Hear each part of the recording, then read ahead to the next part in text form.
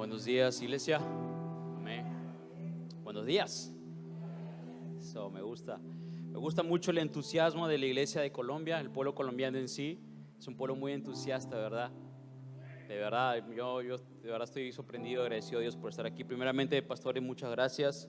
Siempre para mí es un honor cuando Dios me permite estar delante de su iglesia, hermanos. No lo tomo a la ligera, así que gracias mis queridos hermanos, pastores, por este privilegio. Es una honra para mí y espero poder transmitir con lo más puro posible el mensaje de las Escrituras. Amén, porque hemos venido a escuchar la palabra de Dios.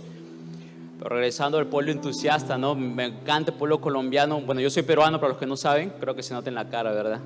Todo el mundo me dice, o soy ecuatoriano o peruano, pero está bien. Soy peruano, tengo 35, aunque no parece, por la gracia de Dios. No, es una broma, ya estoy viejito ya. He ido por muchos lugares y me entusiasma la alegría del pueblo colombiano, en verdad, ¿no? Porque todos los fines de semana siempre tienen bulla al costado de donde me estoy quedando. Mucha bulla, hermano, tienen siempre fiesta todos los fines de semana. Al comienzo como que uno, pues, es extraño, ¿no? Porque en Perú no pasa eso, ¿no? Pero después uno entiende y dice, wow, que es algo bonito en verdad. La alegría de las personas de este país de verdad me inspiran, ¿no? Me llenan a mí también de alegría, ¿sí, hermanos? A pesar de las dificultades que usted y yo sabemos, ¿no? A pesar quizás a veces de la economía en que puede estar el país, da mucha alegría saber que a pesar de todo eso, el pueblo colombiano es un pueblo alegre. Amén. Y de verdad les quiero felicitarles, hermanos, por eso a mí me llenan también eso de alegría. Y bueno, esta mañana yo quiero hablar sobre un poco, todas las veces que Dios me da la oportunidad de ir a otro país o otra ciudad a dar la palabra, a mí me gusta ir, por así decirlo, al fundamento de lo que es la iglesia, o al fundamento de la verdad, por así decirlo, de nuestra fe. Hay un fundamento sólido, hermano, hay un solo personaje, hay una piedra angular que se llama Jesucristo. Yo quiero que me acompañen a Mateo capítulo 16, verso 13. ¿Sí? Yo esta mañana quiero hablar sobre la autoridad de la iglesia. Vamos a hablar un poco sobre la autoridad de la iglesia, lo importante que es necesario saber eso, hermanos. Y mientras ustedes buscan el texto, yo voy a entrar un poco en contexto. Primeramente, en nuestro tiempo presente no es un misterio, no es algo nuevo, no es que esté escondido. Vivimos tiempos difíciles. Nuestros países, no solamente Colombia, Perú, Sudamérica, el mundo entero está pasando por constantes crisis. Acá puede haber una crisis económica y está entrando una crisis moral muy fuerte. Europa ya está inundado hasta el pescuezo de una crisis moral. Tenemos Estados Unidos también con crisis morales, hermanos, donde ya la familia se está diluyendo, ¿sí? Hay varios tipos de ideas, adoctrinamientos, que como dice Pablo, doctrina de demonios que está inundando nuestra sociedad y estamos en tiempos peligrosos. Eso no es nuevo para nadie, hermanos. Si usted está percibido, si usted es un hombre que conoce la palabra de Dios y conoce el carácter de Dios y la verdad de su palabra, usted entiende que estamos en tiempos difíciles. Pero, hermano, ¿cuánto le dan gracias a Dios que aún el tiempo no está perdido? Y nuestra esperanza es firme, amén. Hermanos, la iglesia de Cristo, si aún Dios la tiene aquí, hermano, aunque usted no lo crea, es por amor de la tierra, en cierta manera, y usted hoy día lo va a entender. Usted sabe, yo creo firmemente eso, es otro tema, obviamente más adelante, no tengo el texto en la mente, pero usted sabe que la iglesia es la novia de Cristo que Él aún tiene aquí en la tierra, y es ella la que no permite que aún todavía la maldad se desborde, hermanos. Aún todavía hay oposición, aún todavía hay una barrera, la maldad está insistiendo, la oscuridad insiste y seguirá insistiendo por dominar el mundo. Los que sabemos las profecías de los últimos tiempos, ese día llegará, obviamente. Pero si aún, hermanos, no se ha desbordado esto, si aún la oscuridad no ha dominado la tierra, es gracias a la iglesia de Cristo, hermanos. En otras palabras, es gracias a usted y yo, aquellos que hemos sido restaurados, hemos sido salvados por la sangre de Cristo. Es la iglesia de Cristo, hermanos, que con la autoridad que Cristo nos ha dado, está permaneciendo firme delante de los ataques de Satanás y la oscuridad. Y la Biblia esta mañana, que ni las puertas del Hades prevalecerán contra su iglesia. Sí, pero vamos a estudiar un poco el texto. Amén, hermanos, perdónenme si soy un poco medio técnico, yo soy un poco así. Como dijo el pastor, soy un teólogo, ¿no? Bachillerato en teología. tengo un poco esa línea, pero espero ser breve en la forma técnica para que usted me pueda entender. Amén, hermano. Y si por ahí digo algo y usted no lo entiende, al final usted se me acerca con confianza y me pregunta. ¿Ok? Porque yo termino aquí, yo soy accesible, hermano. Usted puede venir y preguntarme, hermano Saúl, esto que usted dijo no lo entendí, explíquemelo. Yo con todo placer se lo voy a explicar. Entonces vamos al texto, Mateo capítulo 16, verso 13 al verso 20, ¿sí? Vamos a leer la lectura. Viniendo Jesús a la región de Cesarea de Filipo, preguntó a sus discípulos diciendo: ¿quién dicen los hombres que es el Hijo del Hombre? Ellos dijeron: unos Juan el Bautista, otros Elías, y otros Jeremías o alguno de los profetas. Él les dijo: ¿y vosotros quién decís que soy yo? Respondiendo Simón Pedro dijo: tú eres el Cristo, el Hijo del Dios viviente. Entonces le respondió Jesús: bienaventurado eres, Simón, hijo de Jonás, porque no te lo reveló carne ni sangre, sino mi Padre que está en los cielos. Y yo también te digo que tú eres Pedro, y sobre esta roca edificaré mi iglesia, y las puertas del Hades no prevalecerán contra ella.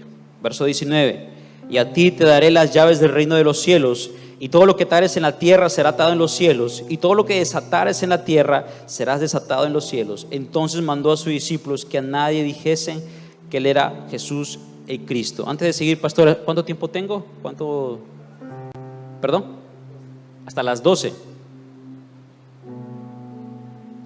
Tengo bastante tiempo. Wow. Vamos a darle entonces. La confesión de Pedro, hermanos, ¿no? Entrando un poco en contexto, ¿no? Jesús va a estar con sus discípulos y los lleva a Cesarea de Filipo, y Jesús comienza a hacer unas preguntas a sus discípulos. Yo creo que las preguntas que Jesús hace en boca de otras personas evidenciaría una inseguridad de aquel que pregunta, ¿verdad? ¿Cómo pensaría usted si yo me le acerco y le digo: hermana, ¿quién dice usted? ¿Quién cree usted quién yo soy? ¿O qué dice la gente quién yo soy? Uno podría interpretarlo mal, ¿verdad? Yo no haría nunca esa pregunta, pero si hay alguien que lo haría, uno diría: pues qué inseguro este hermano, ¿no? ¿Y para qué quiere saber usted qué es lo que la gente piensa de usted? ¿No? Como si fuera tan importante, ¿verdad? Pero en la boca de Jesús, hermano, esa pregunta tiene otro significado. Ese tipo de pregunta tiene otra verdad que Jesús les quería enseñar y les enseñó a sus discípulos. Y no solamente a sus discípulos, sino a nosotros, que somos la iglesia de Cristo. Hermano, aquí un dato para que usted tenga ahí. Es la primera, creo que es la primera vez en los evangelios que se menciona, una de las primeras veces que se menciona la palabra iglesia. Porque si usted va al Antiguo Testamento, Dios siempre hablaba a Israel como su pueblo. Israel era su pueblo, ¿sí? El pueblo de Dios era Israel, el pueblo escogido por Dios. Pero después que Israel rechaza a su Mesías, que dijo Dios: ok, voy a ir a los gentiles y de allí yo tomaré un pueblo para mí. Y ahí comienza a existir, por así decirlo, es donde comienza la iglesia de Cristo. En la cruz de Cristo, hermanos, en la muerte de Jesús, es la misma fundación de la iglesia de Cristo. Cristo Jesús fundó la iglesia y la selló con su sangre, hermanos. Cuando Jesús estaba en la cruz muriendo, dando la vida por usted y por mí, ahí en el mismo instante Él también estaba fundando su amada iglesia, la cual perdura hasta el día de hoy, hermano, más de 2000 años, y la iglesia de Cristo permanece en pie. Ha pasado grandes persecuciones de grandes imperios, ha sido perseguida por muchas personas. Muchas personas pensaron que podían extinguirla. Han habido muchos intentos de desaparecer la iglesia de Cristo, hermanos, y mire, la iglesia de Cristo ha permanecido hasta el día de hoy. Amén. Y nos seguirán persiguiendo, hermanos, ¿sí? Y no se asusten por eso. Es más, es lo que nos espera según las profecías. Pero hay que estar firmes en el Señor para entender la bendición que es ser perseguido por Cristo, hermanos, ¿sí? Porque no somos de este mundo. Entonces, Jesús pregunta a sus discípulos, ¿no? Dice: ¿quién dicen los hombres que es el Hijo del Hombre? ¿Qué dicen los demás quién yo soy? Ellos dijeron: unos Juan el Bautista, otros Elías, y otros Jeremías o alguno de los profetas, ¿no? Comenzaron a decir: bueno, Jesús, la gente dice que tú eres esto de aquí, la gente dice que tú eres esto de acá. Entrando un poco en contexto de nuestro tiempo, ¿no? No sé si ustedes sabían, hermanos, pero hay muchas religiones que tienen un concepto de quién es Cristo, ¿sabían? Los musulmanes, por ejemplo, ellos no niegan que Jesús era un hombre iluminado. Solamente niegan que Él era el Hijo de Dios. Pero dicen, no, Cristo Jesús, sí, un hombre importante de la historia. Tienen un concepto de Cristo. Los testigos de Jehová también, hermanos, los mormones también. Los escépticos, los historiadores, tienen un concepto de quién es Cristo. Claro que sí, hermanos, porque en la historia está evidenciado que Jesús pisó la tierra, por si acaso. No es una fantasía, no es que Cristo solamente apareció en la Biblia. No, hermanos, hay relatos históricos que dan evidencia de que Cristo pisó la tierra. Relatos fuera de la Biblia, gente, historiadores de aquella época. Y hay un concepto, Jesús, el gran maestro, ¿verdad? Jesús, el iluminado. Jesús, el profeta. Pero nunca dirán que Él es el Hijo de Dios, porque decir que es Hijo de Dios se mete en un gran problema para esas religiones. ¿Sí? Jesús, un gran maestro iluminado, que sus palabras inspiran. Hay filósofos que lo tienen así a Cristo. Entrando en contexto, no es como que Jesús viene y les pregunta a ellos, es como que Jesús también podría venir hoy en la mañana a decirnos a nosotros, ¿quién dicen los demás quién yo soy?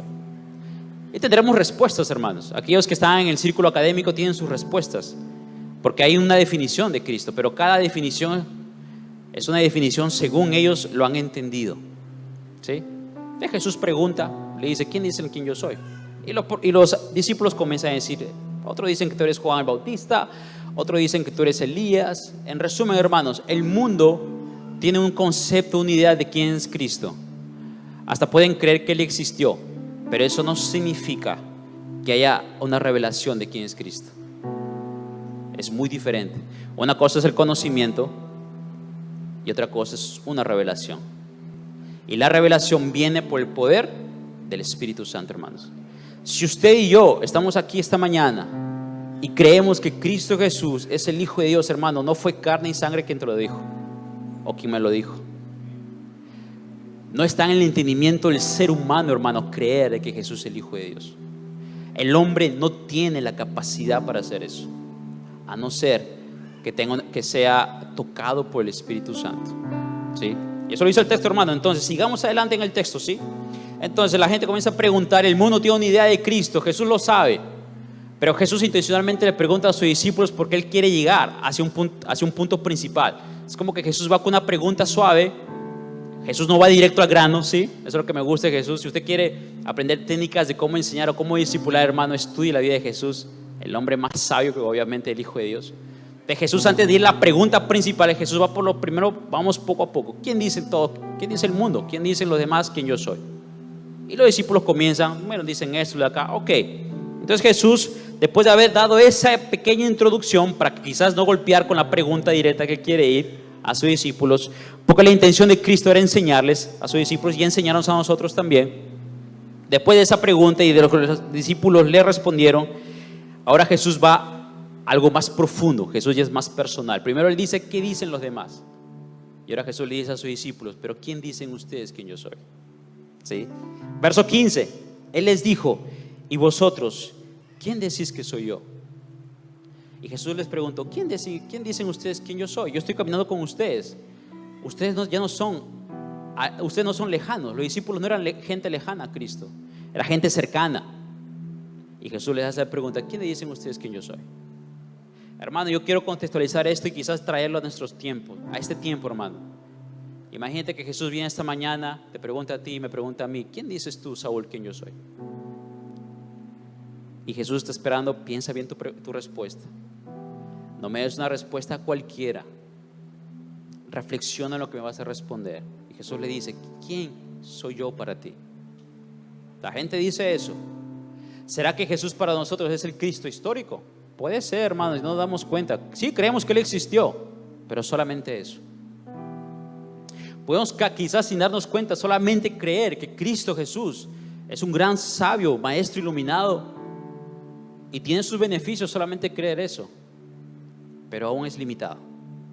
Y a veces sin darnos cuenta, hermanos, como cristianos, nuestro conocimiento de Cristo queda limitado a esas pocas verdades, porque es una verdad. Jesús fue un maestro iluminado, Jesús fue un gran sabio, pero Él no fue solamente eso.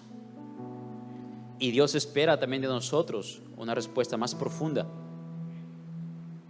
Y esa respuesta vendrá solamente con el toque del Espíritu Santo. Ya vemos al impulsivo Simón Pedro, ¿verdad? Simón Pedro quería estar en todas, hermano. ¿Sí? Simón Pedro era el impulsivo, el arrebatado, como dicen en Perú, no sé si entienden esa palabra. Espero no estar hablando cosas que no. Arrebatado no es mala palabra aquí, ¿verdad? Gracias a Dios. Me asusté. Pero es arrebatado, no es como que tú dices algo y es impulsivo y va de frente sin ni siquiera pensar. Y Pedrito era esa persona, ¿no? En este entonces Simón Pedro, ¿no? Entonces Jesús les pregunta: ¿quién dice usted que yo soy yo? No fue ni Juan, no fue ni Felipe, ni fue ni otro discípulo, fue Simón Pedro. Y Simón Pedro le respondió: tú eres el Cristo, el Hijo del Dios viviente. Él dice: tú eres el Cristo, el Mesías prometido. Cristo es una palabra, solo para que ustedes lo tengan allí como conocimiento general bíblico. Cristo es un término en griego del Mesías en hebreo, ¿sí?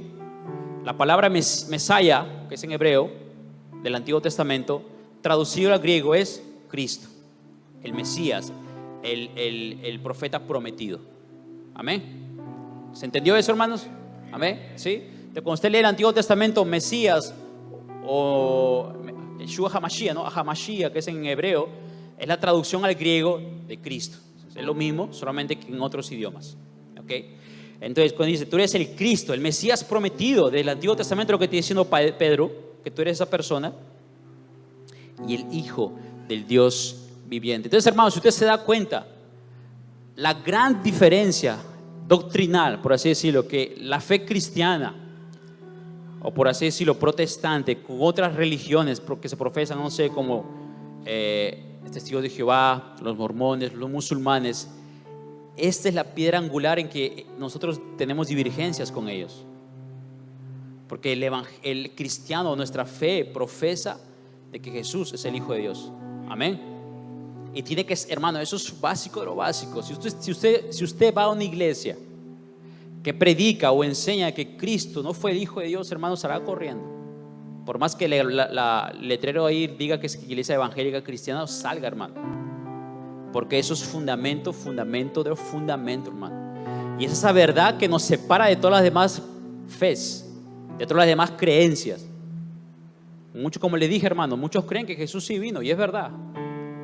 Si un historiador serio niega de que Jesús existió, está cometiendo suicidio intelectual, como dicen los académicos. Es como decir que esta camisa no es negra.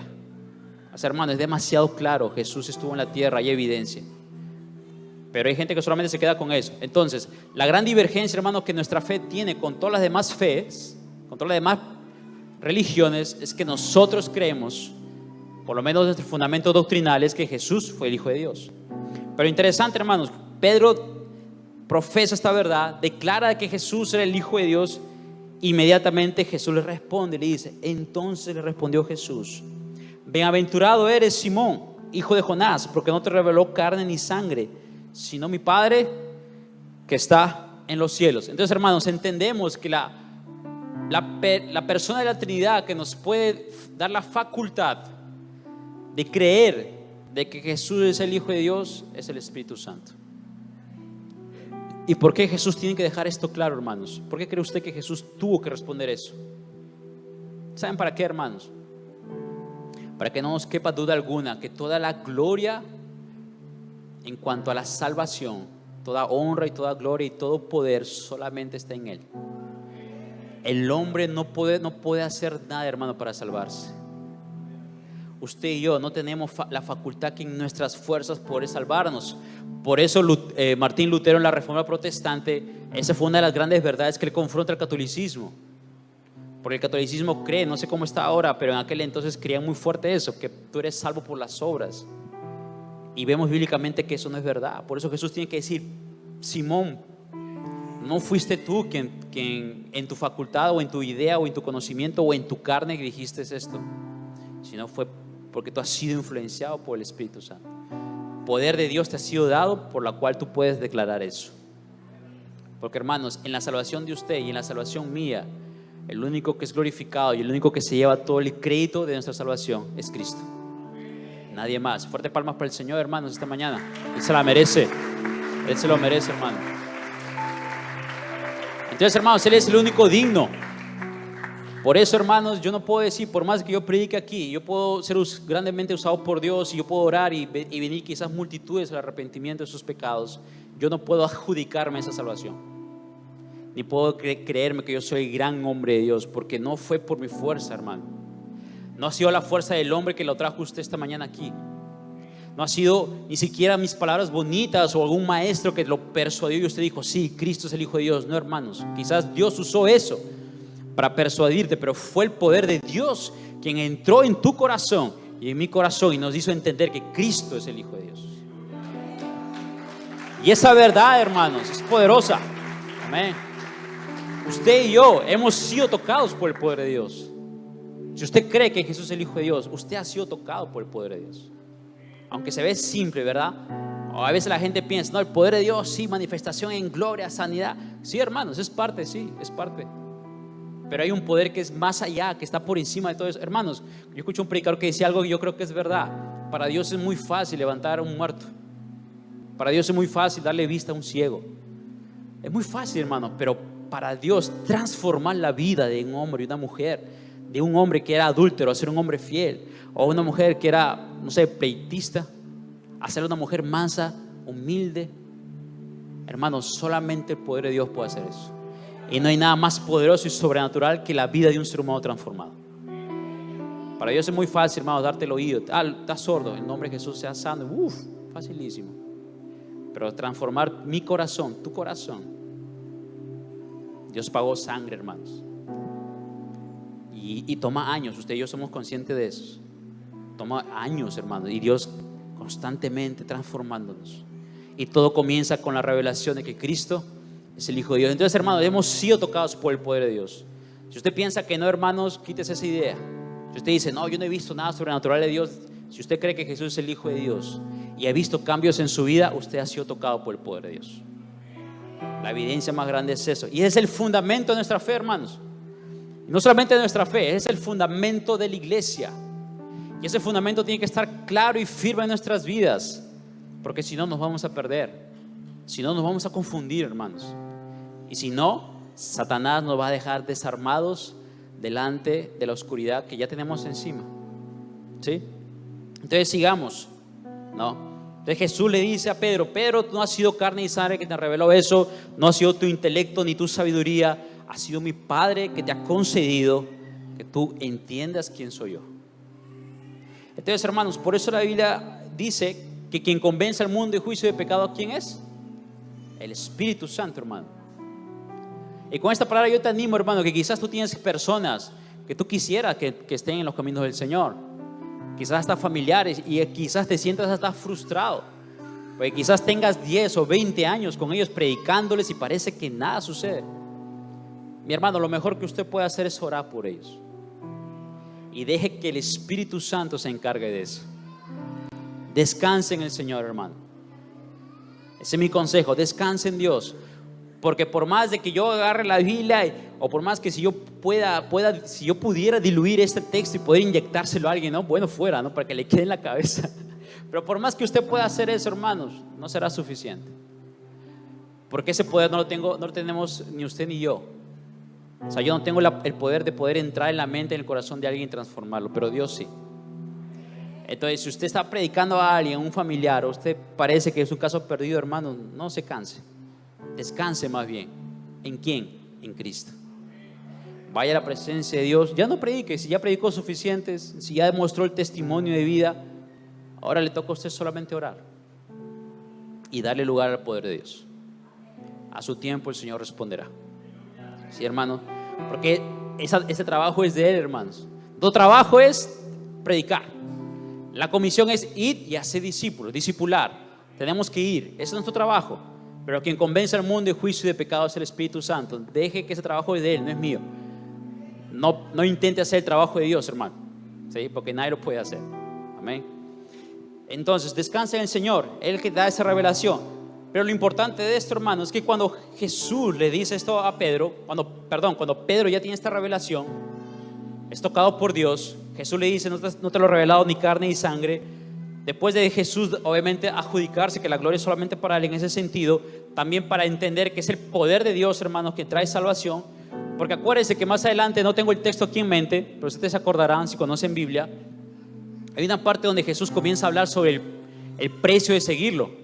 Y Jesús comienza a decir, tome su cruz y sígame. comienza a poner la valla alta, ¿no?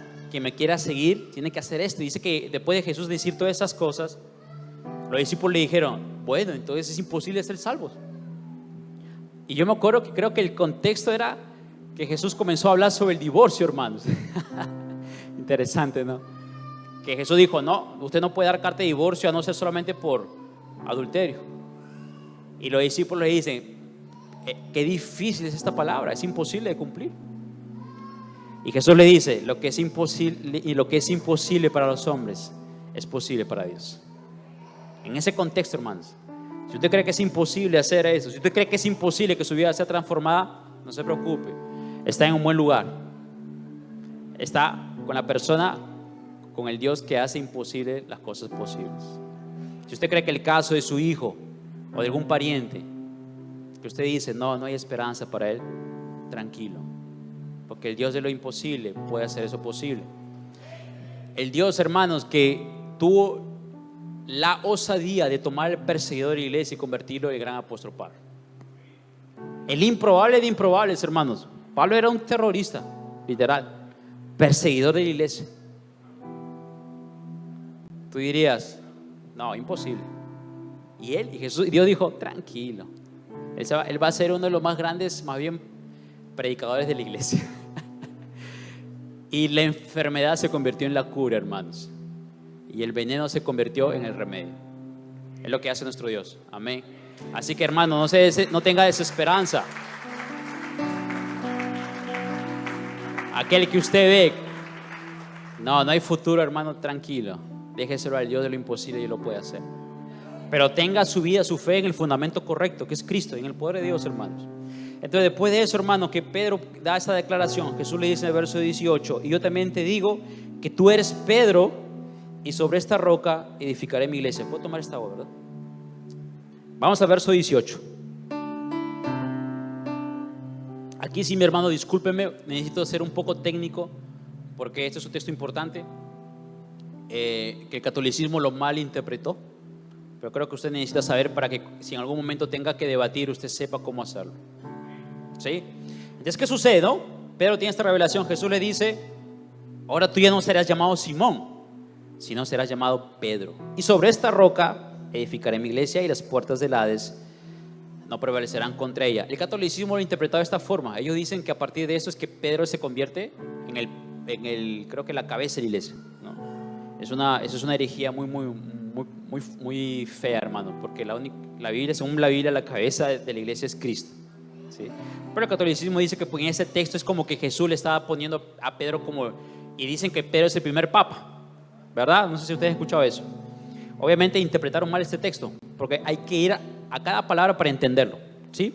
Porque mira, Jesús le dice y yo también te digo que tú eres Pedro, que en griego es Petros, que es piedra pequeña, ¿sí? Y sobre esta roca, que es Petra. Entonces ahí hay dos palabras distintas. Le dice a Pedro, tú serás llamado ahora Petros, y sobre esta Petra edificaré mi iglesia. Está dando dos palabras distintas. Le está diciendo a Pedro, tú eres piedra pequeña, porque eso es lo que significa Petros, ¿sí? Piedra pequeña. Y sobre esta roca, Petra, porque roca es una piedra más grande, edificaré mi iglesia. Entonces, ¿cuál es esa roca que dijo Jesús aquí? ¿A cuál roca se estaba refiriendo Cristo? La confesión de Pedro. Jesús le está diciendo, tú eres piedra pequeña, porque tú eres parte. Por eso más adelante creo que es Pedro o Pablo que dice que somos piedras vivas, construidas por el Señor. Y la cabeza es Cristo, somos piedras vivas. Usted y yo también somos esas pequeñas piedras, Petros. Pero sobre esta declaración, sobre esta roca edificaré mi iglesia. ¿Y cuál es la declaración que hizo Pedro? Tú eres el Cristo, el Hijo del Dios viviente. Jesús está diciendo, hermanos, sobre esta verdad, de que yo soy el Cristo, de que Jesús es el Hijo del Dios viviente, es el fundamento de mi iglesia. Y sobre esa declaración edificaré mi iglesia, y en consecuencia, ¿qué va a suceder? Y las puertas del Hades no prevalecerán contra ella. Pero hermano, ¿qué pasa a veces con muchas iglesias? Quizás no digo que este sea el caso de esta iglesia. Yo he viajado mucho ¿verdad? Yo soy misionero como me presentaron. Colombia es el 7º país que Dios por la gracia, por su gracia me ha permitido estar. Pero yo estaba en Brasil, en Uruguay. Por cierto, el próximo mes voy a Brasil también. En Perú, en mi país, trabajando con la iglesia desde que tengo 8 años de edad. ¿No? Por la gracia de Dios nací en un hogar cristiano, mi padre es pastor. Si ven que toco la batería, desde los 8 años de edad yo tocaba la batería ya, hermanos. ¿Por qué? Porque no había baterista, ¿no? Los que son de iglesia saben cómo es eso. No hay baterista, no sea, no agarren los palos porque no hay baterista. Tenía que hacerlo. Pero fue una buena escuela porque me exigió, ¿no? Después pasaron los años, no había bajista, tuve que agarrar el bajo, aprendí un poco de bajo por eso también. No había bajista, bueno, darle. No hay guitarrista, vamos a dar. Entonces por eso yo toco esos instrumentos, gracias a la iglesia de Cristo. Entonces no sé por qué está diciendo eso, se me perdí. Y las puertas de la... ok, ya recordé. Yo he viajado mucho, muchos lugares, conozco muchos tipos de iglesias, ¿sí? Y yo me he dado cuenta, hermanos, que en algunos lugares como que la persona de Cristo se ha diluido, hermanos. No sé si usted se ha dado cuenta de eso. Yo sí. Nada en contra, hermano, de la prosperidad. Yo creo en la prosperidad. Yo creo que Dios prospera. Y Dios es un Dios que ama bendecir. No tengo nada en contra de eso, es bíblico. Pero lo que sí yo no puedo aceptar, hermano, es poner la prosperidad de Dios por encima de Cristo. Es Cristo que está por encima de todo eso. ¿Sí? Gloria a Dios, hermano, yo creo en sanidad, hermano. Yo he visto gente enferma ser sanada. Yo creo en eso, yo le pido al Señor y yo voy a creer hasta el final, si Dios me permite orar por algún enfermo. Pero eso no puede estar por encima de Cristo. Entonces, ¿qué pasa en muchas iglesias? Se ha hecho de eso el centro del mensaje. Y sin darnos cuenta hemos puesto a Cristo en una esquina, como un espectador. Hasta a veces en nuestras alabanzas, hermanos, de tantos músicos cristianos famosos, ¿no? Nada, como le dije, hermanos, nada en contra de eso. Pero no podemos alabar más las bendiciones de Dios que al mismo Dios. No podemos predicar más sobre sus bendiciones y no predicarlo al autor de toda esa bendición. Y qué bendición mayor, hermanos, es que usted y yo seamos librados de la condenación eterna, hermanos. Si Dios decidiera no darnos más, solamente la salvación es más que suficiente para alabarlo hasta el final, hermano. Así es. Porque Él nos ha dado vida eterna, nos ha dado salvación, nos ha librado del juicio eterno, hermanos. Qué mayor bendición que es. Un carro del año no se le compara. Una casa de lujo no se le compara, hermanos, porque eso se va a quedar. Eso se va a quedar. Pero nosotros seremos eternos con Él. Si hemos creído en Él, tendremos vida. Y ya el juicio, la condenación por nuestros pecados, hermanos, ya fue perdonado. Qué mayor bendición que eso, hermanos. Y es ahí, hermanos, que la iglesia comienza a existir, en la revelación de la persona de Cristo. Y es en ella, hermano, en que usted y yo somos Petros, somos pequeñas piedras, una casa viva, que la roca, el fundamento principal es Cristo mismo. Y no solamente Él es la roca, no solamente Él es el fundamento, sino que Él es el fiel arquitecto que también construye y está construyendo su iglesia hasta el día de hoy. Y no solamente construyendo, sino que Él la está cuidando, hermanos. Él es el Dios que cuida de su iglesia. Él es el Dios que sustenta su iglesia. Pero tendremos esa fuerza, hermano, y esa valentía y ese poder cuando entendamos quién es Cristo. Y es allí donde usted podrá pararse en las mismas puertas del mismo infierno y decir: ¿sabes qué? Tú retrocedes. Tú quieres tomar mi familia, tú vas a tener que retroceder. Porque la Biblia dice que las puertas del Hades no prevalecerán contra ella. Ahora, normalmente yo entendía lo siguiente, hermano, no sé usted, pero cuando me daban ese texto yo tenía la imagen, ¿no? Porque somos mucho de imagen también, que como que el infierno venía a las puertas de la iglesia, ¿verdad o no? Y las puertas del Hades no prevalecerán contra la iglesia. Entonces, la idea que yo tenía cuando me leían ese texto antes era como que el infierno venía hacia nosotros y nosotros estamos que aguantando, ¿no? Para que no abran la puerta. Esa no es la imagen del texto, hermano. Es todo lo contrario, más bien. Cuando Jesús dice que las puertas del Hades no prevalecerán contra ella, la imagen en el griego es que más bien la iglesia está queriendo invadir el infierno. Y es como que la iglesia está con el pie encima empujando la puerta. Y más bien es el infierno que está aguantando. No entren, no entren. Es al revés, hermanos. Es al revés. Es la iglesia que puede ir, hermanos, a las mismas puertas del Hades y pisar esa puerta, obviamente con la autoridad del Hijo de Dios. No estoy diciendo que usted ahorita sale y va y en el nombre de Jesús voy a reprender a estos brujos. No, hermano, no haga eso. Pidan dirección de Dios. Tampoco usted no sea imprudente. No entre en una batalla que Dios no lo mandó a pelear. Si Dios lo mandó, vaya con la autoridad del Hijo de Dios, pero si no, pero esa no es la idea. La idea, hermanos, es que cuando la iglesia avance, es el infierno quien retrocede. No es todo lo contrario. Pero ¿qué pasa, hermano? Tú me dirás, Saúl, bueno, yo creo eso, pero ¿por qué pareciera que en el mundo eso no sucede? Parece más bien que el mundo está tomando la oscuridad a mayores proporciones. Y yo creo, hermanos, sinceramente, ¿por qué sucede eso? Porque la iglesia de Cristo, hablando a nivel mundial ya, ¿sí? Bueno, hablando de nuestro continente, Sudamérica, el continente americano, creo yo, hermanos, que muchas de nuestras iglesias, lamentablemente, se han perdido en la revelación de quién es Cristo. Ya no están predicando a Cristo, ya no están viviendo a Cristo, ya no están glorificando de verdad a Cristo. Están amando más su posición, están amando más los beneficios del Evangelio, están amando más sus proyectos y no al Cristo, que es merecedor de toda gloria y toda honra. Porque es en la revelación de Él, hermanos, que las puertas del Hades no prevalecerán. Y no lo van a hacer. Entonces Satanás ha sido muy astuto, mis hermanos. Él ha venido con falsas doctrinas y ha inundado la iglesia de Cristo. No solamente con eso, sino que ha venido con distracciones y nos está distrayendo. Y por eso el Hades, las tinieblas están avanzando. Y al parecer nadie le está haciendo oposición. Hermano, el deseo de mi mensaje esta mañana, en cada país que Dios me permita andar, creo que el mensaje para la iglesia de Cristo será ese. Porque, hermanos, yo creo mucho en el poder de Dios a través de la iglesia local. De verdad, mis hermanos. Dios, Cristo le dio la autoridad que Él tiene a su iglesia. No se la dio a nadie más. Gracias a Dios, ¿no? Yo pertenezco también a Jucún. Gracias a Dios por las agencias misioneras. Pero yo también soy parte de la iglesia. Yo nací en una iglesia local. Es la iglesia local quien produce misioneros para las naciones. No son las agencias misioneras. Las agencias misioneras son instrumentos de Dios para enviarlos a las naciones. Pero quien produce misioneros para el mundo es la iglesia local, hermanos. Es usted, hermano. Es el pastor predicando todos los domingos. Los hombres de Dios, las mujeres de Dios son producidos, son construidos, por así decirlo, en la iglesia local. Por eso es importante la iglesia local.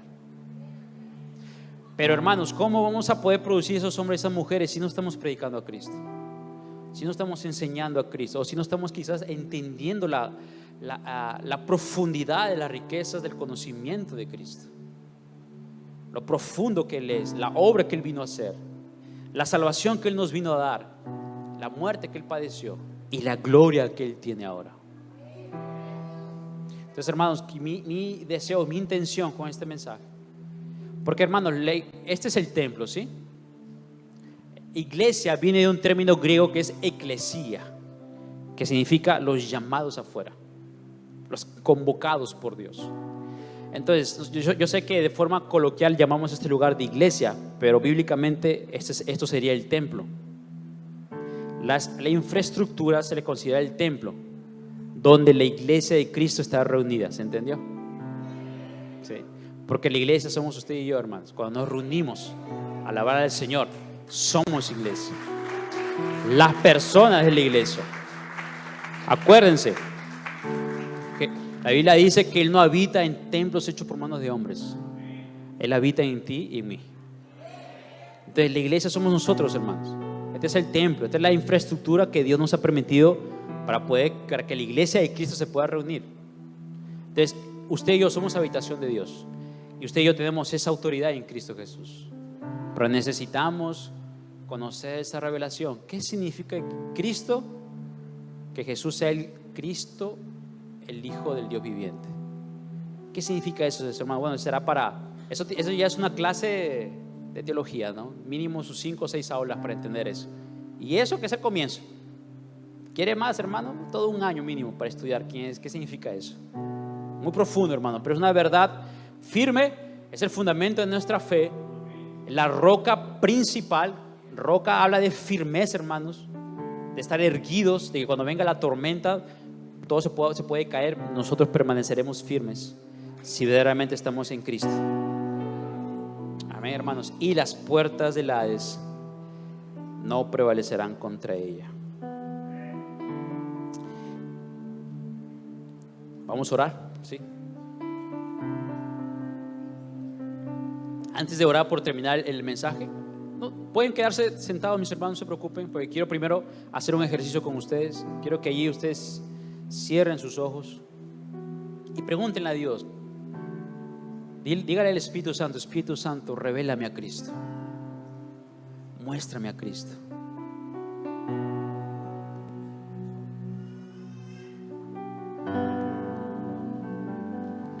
Pregúntele al Espíritu Santo. Si tú crees que ya Dios te reveló, dile: Señor, dame más, revélame más a Cristo. Que Dios nos revele más de su amor, hermanos.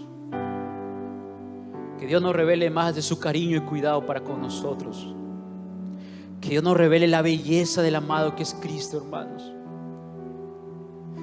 Señor, perdónanos, Dios, si hemos despreciado a la persona de Cristo, Señor.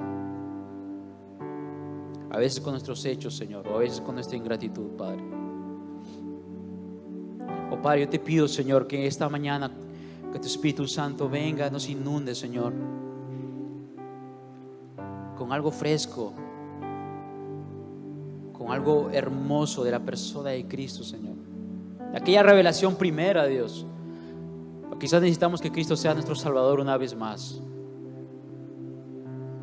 O a veces necesitamos que Cristo también sea nuestro refugio, Señor. Yo no sé lo que usted esté necesitando ahora, mi hermano, pero de algo sí te puedo decir, hermano: lo que tú necesites ahora, Cristo tiene poder para suplirte. Busca esta mañana esa necesidad, pero no te olvides que es Cristo quien te lo da.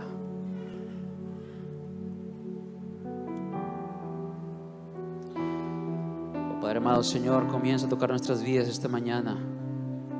Dios, nuestro amado Salvador Jesucristo, que murió por nuestros pecados, el inocente por los culpables, el justo, santo y puro por los pecadores, el mismo Hijo de Dios que se entregó por nuestros pecados para alcanzarnos, para darnos salvación. Señor, tú eres digno de toda gloria, tú eres digno de toda nuestra alabanza, tú eres digno que nuestras vidas solo sean vividas para ti, Señor. Y aunque la muerte nos encuentre, Dios, como dice Hebreos, Padre: oh muerte, ¿dónde está tu victoria? Oh muerte, ¿dónde está tu aguijón? Si para el cristiano la muerte es victoria, Señor. Ya no hay temor a la muerte, Padre. Ya no hay temor a la injusticia o a la oscuridad, porque pase lo que suceda, Dios, creemos en un Dios que está por encima de todas las circunstancias, en un Cristo que nos salva, Señor, y que tiene poder para todas las cosas, Padre. Yo quiero orar también, Dios, esta mañana por aquellos que tienen familiares que aún no son salvos, Señor, o amigos o conocidos. Y oramos esta mañana por ellos, Dios, para que sean alcanzados por el poder de tu Espíritu Santo. Y así como Pedro declaró, convencido, Dios, convicto en su corazón de que Cristo es el Hijo de Dios, el Mesías, el Cristo prometido, que Dios, aquellos que no son salvos aún, por la fe en ti, Dios, declaren un día de esto, Señor, que Jesucristo es el Salvador de ellos también. Oramos por ellos, Señor. Oramos por esta palabra, Padre. Yo bendigo esta iglesia, bendigo este lugar, Señor. Que esta iglesia sea un faro que ilumine la ciudad. Que este lugar sea, Padre, un lugar de descanso, un lugar donde se te dé toda alabanza y toda adoración, Señor. Que sea un lugar, Dios, donde se predique a Cristo y que seamos portadores de ese Cristo vivo. Que podamos inundar la ciudad del mensaje de Cristo, que podamos inundar el país y las naciones con el Cristo a quien conocemos y predicamos, Señor. Dejo este mensaje en tus manos, dejo tu iglesia, Señor. Y Padre, te pido, Dios, que a partir de este mensaje, si es tu voluntad, oh Espíritu Santo, comiences a revelarnos más de la persona de Cristo. Que los días que vienen, Señor, estemos cada vez más enamorados de Cristo. Que podamos quedar más fascinados de la verdad de quién tú eres, mi Señor. Que podamos quedar admirados de la belleza, de la grandeza y el poder que en ti, Dios, tú nos has provisto, y la autoridad que en ti tenemos, Señor. Padre, que Cristo se convierta en la pasión absoluta de nuestros corazones. Que sea el deseo primero al momento de levantarnos y el último pensamiento al acostarnos, que sea solamente Cristo. Y que nuestro amor por ti crezca, mi Señor. En el nombre de Jesús. Amén. Amén.